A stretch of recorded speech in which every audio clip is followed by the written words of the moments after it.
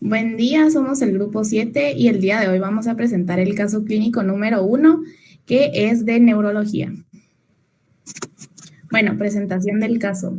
Tenemos un paciente masculino de 22 años de edad, es un estudiante universitario y es originario de Patulul, Suchitepeques, que actualmente es residente en la ciudad.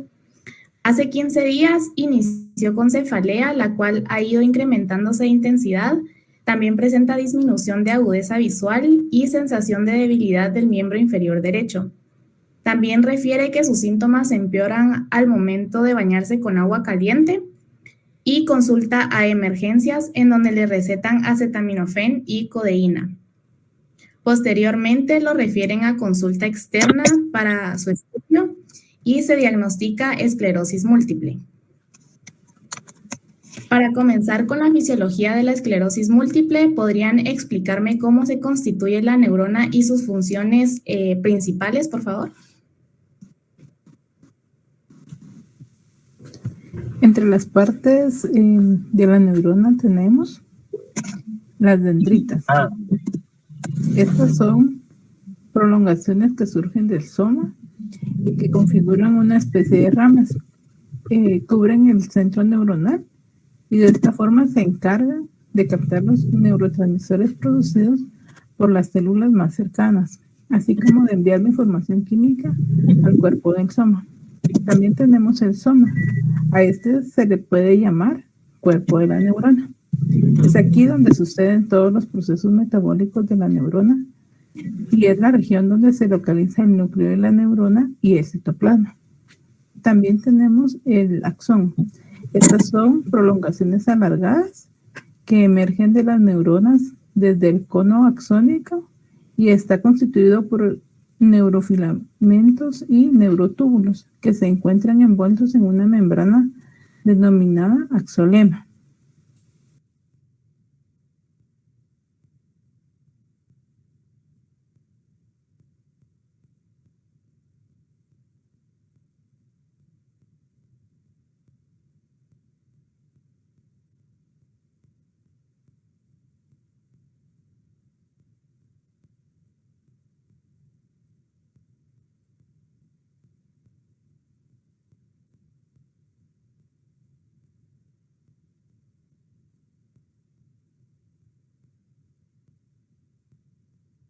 Javier, no sé si nos podrías ampliar un poquito más sobre la mielina y su función.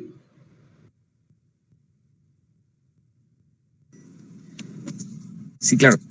Bueno, la mielina es una capa que funciona como aislante y como conductor eléctrico, ¿verdad? Está formada principalmente por lípidos y se puede dividir en dos, ya sea en los axones del sistema nervioso periférico o en los axones del sistema nervioso central, ya que en el sistema nervioso periférico van a ser formada principalmente por las células de Schwann, y en el sistema nervioso central va a ser formada por oligodendrocitos, ¿verdad? La función de estos es poder llevar el impulso eléctrico de una forma rápida de una neurona a otra por medio de los axones. Asimismo, por último, tenemos la sustancia de Nissl o cuerpos de Nissl de que se encuentran en el citoplasma de las neuronas, ¿verdad? Estos son productos del retículo endoplásmico rugoso y su principal función es la síntesis de proteínas, la cual nos ayudará a generar rápidamente todas aquellas proteínas que hayan sido degradadas por los propios procesos celulares, ¿verdad?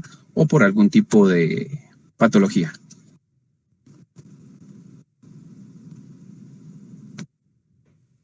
Gracias. Bueno, siguiendo, como sabemos, la mielina solamente cubre a ciertas fibras nerviosas y de eso depende sus respectivas funciones. Entonces, ¿podrían contarme un poco acerca de ellas? Sí, tenemos fibras amielínicas, que son aquellos axones que no están recubiertos por mielina, ya que las células de Schwann los rodean solo parcialmente, permitiendo la entrada al líquido extracelular. Por ejemplo, tenemos las fibras de tipo C, que son fibras nerviosas pequeñas que conducen impulsos a velocidades bajas y representan más de la mitad de las fibras sensitivas en la mayoría de los nervios periféricos. Comunican sensaciones sensitivas como el tacto grosero, la presión, cosquillas y el dolor fijo y continuo. También tenemos las fibras mielínicas, que como se muestra en la imagen es un único axón que consta de una envoltura de mielina que recibe el nombre de vaina de mielina. Como es un material graso, no conduce la corriente eléctrica, sino que es aislante. De esta manera, el axón queda aislado eléctricamente del líquido extracelular. Por ejemplo, las fibras de tipo A, que son de tamaño grande a medio y transmiten impulsos a grandes velocidades. Comunican señales sensitivas como presión profunda, tacto con una gran capacidad de discriminación, vibración y la información de los usos musculares. Gracias. Bueno, como mencionó Carol, existen las fibras amielínicas que son de tipo C y las mielínicas de tipo A, que a su vez se dividen en alfa, beta, gamma y delta. Pero, ¿qué sucede cuando las fibras sufren una desmielinización? Muy bien, la desmielinización causa daño en la cubierta protectora que rodea las fibras nerviosas. Cuando la vaina de mielina se daña, los impulsos nerviosos se ralentizan o incluso se detienen. La desmielinización causa diferentes enfermedades, siendo la más común la esclerosis múltiple. Esto causa una inflamación y lesiones en la vaina y, en última instancia, en las fibras nerviosas que la rodean. Gracias. Y esta desmielinización podemos observarla en el encéfalo durante un examen específico. ¿Cuál es ese? El que más orienta es el examen de líquido cefalorraquídeo, extraído mediante punción lumbar, el cual presenta anticuerpos denominados bandas oligocinales. Las bandas oligoclonales del líquido cefalorraquídeo es un examen para buscar proteínas relacionadas con la inflamación del líquido cefalorraquídeo. El líquido cefalorraquídeo es transparente, influye en el espacio que rodea la médula espinal y el cerebro. Las bandas son proteínas llamadas inmunoglobinas y la presencia de esas proteínas indica la inflamación del sistema nervioso central, que también puede apuntar a un diagnóstico de esclerosis múltiple. Bueno, después de hablar sobre las neuronas y el efecto que tiene la mielina en ellas, hablarán un poco acerca de las diferentes fases de potencial de acción en el axón y sus flujos iónicos. Bien, entre las fases del potencial de acción podemos mencionar la fase de reposo, la fase de despolarización y la fase de repolarización. La fase de reposo, esta fase es antes del comienzo del potencial de acción. La membrana en este punto se encuentra polarizada, se dice de esta manera debido al potencial de membrana negativo en ese punto, que es de menos 90 milivoltios. Luego sigue la fase de despolarización. En esta fase la membrana se vuelve muy permeable a los iones sodio. Esto permite que muchos iones sodio con carga positiva se difundan al interior del axón. El estado polarizado, que era el de menos 90 milivoltios, se neutraliza de manera inmediata por la entrada de los iones sodio que están cargados positivamente. El potencial aumenta rápidamente en una dirección positiva. Este proceso es el que se conoce como despolarización. Y la última fase, que es la de repolarización, en tan solo unas cuantas 10 milésimas de segundo, luego de que la membrana se vuelva permeable a los iones sodio, los canales de sodio se comienzan a cerrar y los canales de potasio se abren más de lo normal. Esto permite una rápida difusión de los iones potasio hacia el exterior y esto conlleva restablecer el potencial en reposo negativo de la membrana.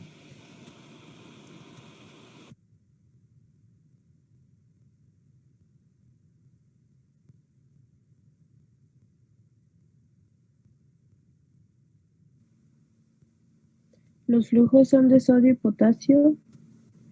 Tras completarse los potenciales de acción, la propagación de los potenciales de acción a lo largo de una fibra nerviosa reduce ligeramente las diferencias de concentraciones de sodio y potasio en el interior y en el exterior de la membrana, porque los iones de sodio se difunden en el interior durante la despolarización y los iones de potasio se difunden hacia el exterior durante la repolarización.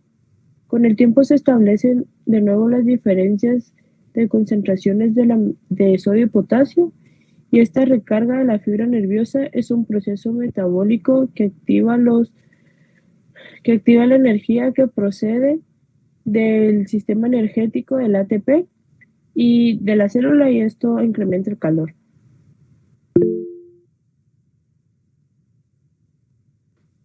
Gracias. Entonces, en conclusión, podemos decir que la sinapsis necesita un potencial de acción para que se lleve a cabo, pero ¿cómo funciona realmente la sinapsis y qué modifica su transmisión? Bueno, primero quiero explicar en qué consiste la sinapsis. Este consiste en una zona de impulsos nerviosos eléctricos entre dos células nerviosas o entre una neurona y una glándula o célula muscular. En el proceso por el cual las células nerviosas se comunican entre sí es llamada transmisión sináptica. La sinapsis se trata del espacio que separa las neuronas y este consta de una terminación presináptica, el cual contiene neurotransmisores, mitocondrias y otros orgánulos celulares. Una terminación posináptica que contiene receptores para los neurotransmisores, una hendidura sináptica o espacio entre las terminaciones presináptica y postsináptica. El impulso nervioso recorre la neurona y cuando llega a sus dendritas salta hasta la siguiente neurona mediante la sinapsis. Esto es producido mediante el intercambio de unas células químicas llamadas neurotransmisores.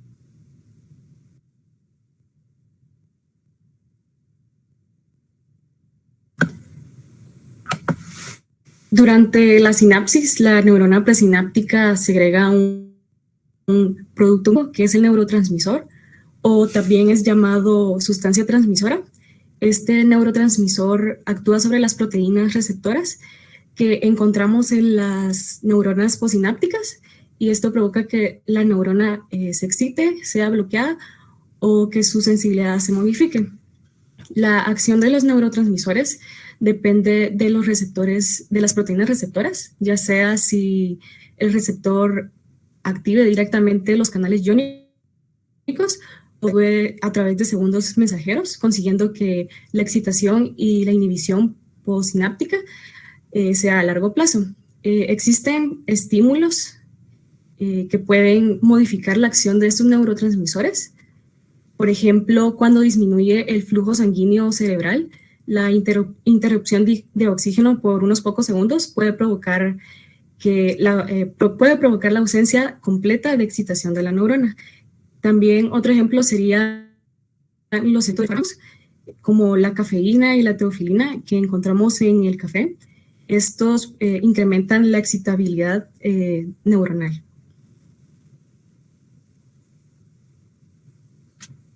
Gracias, Betsy.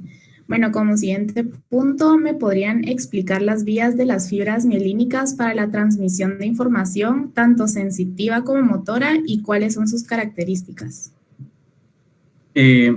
Tenemos las fibras A-alfa, y este tipo de fibras posee un diámetro de 13 a 20 micromilímetros y su velocidad de conducción es de 80 a 10 metros por segundo.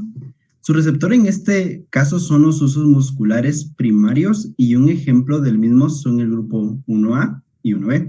Asimismo, tenemos las fibras A-beta y estas poseen un diámetro de 6 a 12 micrómetros con una velocidad de conducción de 35 a 75 metros sobre segundos. El receptor que participa en este tipo de fibras es el órgano tendinoso de Golgi, los usos musculares secundarios y mecanorreceptores cutáneos, siendo un ejemplo de este, el grupo 2. Estos dos tipos de fibras participan en la vía dorsal del menisco medial, que lleva la información a la corteza somatosensitiva y tienen participación en los circuitos intramedulares de los reflejos de flexión o retirada y el reflejo extensor cruzado. Bueno, aparte de las fibras tipo A alfa y beta, existen las fibras de tipo A gamma y A delta. ¿De qué se encargan estas fibras? ¿Dónde las podemos encontrar? ¿Y cuáles serían sus clasificaciones? Bueno, pues empezando con las fibras A gamma, pues estas están encargadas de la mayoría de los receptores táctiles cutáneos aislados y de las terminales en ramillete de los usos musculares. Pues estas se encuentran en los nervios espinales, en el sistema nervioso periférico más que todo. Y un ejemplo de esto podría ser el grupo 2. Ahora, si hablamos de las fibras A, pero delta, estas tienen un diámetro de 6 a 12 micrómetros y su velocidad es de 35 a 75 metros por segundo. Hablando de su receptor, es inervado. Podemos decir que se encuentra en los receptores térmicos, en los nociceptores, en los mecanorreceptores cutáneos, y pues otro ejemplo sería que están en el grupo 3. Estas participan tanto en las sensaciones táctiles que siguen las vías dorsal lemnisco-medial, como las sensaciones térmicas y la nocicepción que sigue la vía anterolateral. Bueno, después de haber visto toda la fisiología detrás de las neuronas, su comunicación y sus organizaciones, podemos diagnosticar una esclerosis múltiple en el paciente de 22 años. Por último, ¿qué signos y síntomas nos indican la enfermedad?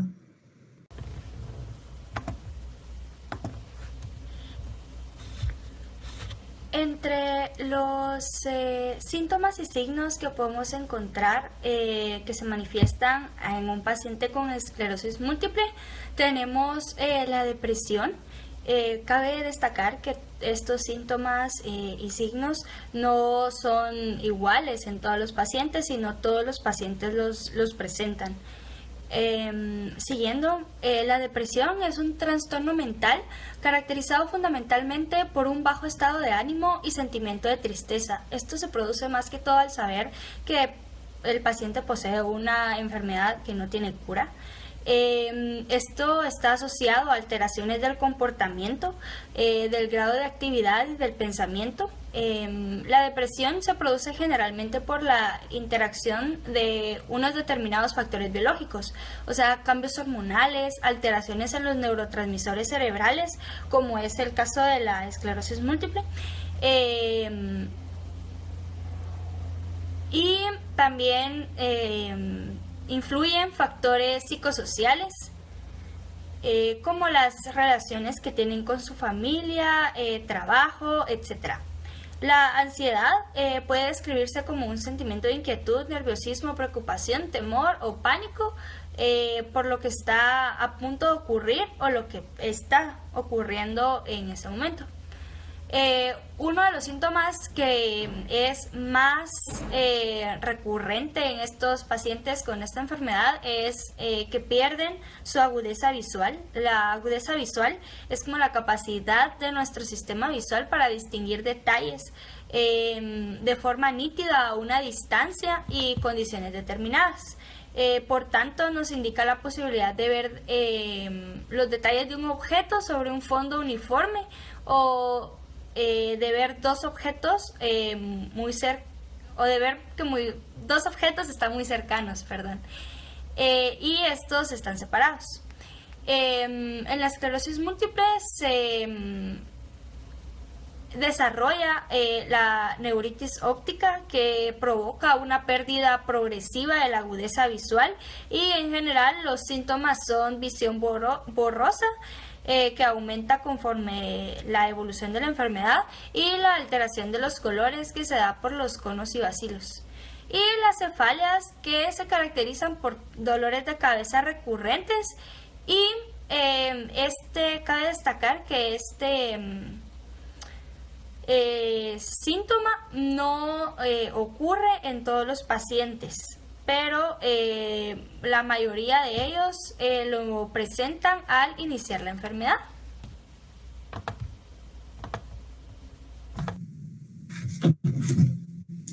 Complementando con los síntomas y signos que mencionaba mi compañera, también podemos mencionar que se encuentra el cansancio. Esta va a ser una sensación extrema de agotamiento o falta de energía, que estas a menudo las vamos a describir como el estar exhausto. Esta va a causar gran deseo de dormir, y también pues va a inferir en las actividades cotidianas pues que normalmente hacemos en nuestra vida. Luego tenemos los problemas de memoria y atención, los cuales van a dificultar el poder concentrarnos o el enfocar nuestra atención a una sola cosa. Y acá va a haber dificultad para poder recordar cosas, como por ejemplo las fechas, los cumpleaños, números de teléfono. Entonces acá nos viene una sensación de desorden. Luego tenemos la sensación de debilidad, la cual pues va a faltar una fuerza física o muscular. Acá esta sensación nos va a pedir un esfuerzo adicional para poder movilizarnos, mover los brazos, las piernas y otros músculos. Y por último, tenemos la sensación táctil. Y acá hablamos de un sentido muy importante, ya que pues, la piel es el órgano sensorial para el tacto. Entonces, a través de ella vamos a reconocer varias sensaciones como el calor, el frío, el dolor y el contacto. Muchas gracias. Eso fue nuestra presentación del caso clínico número 1.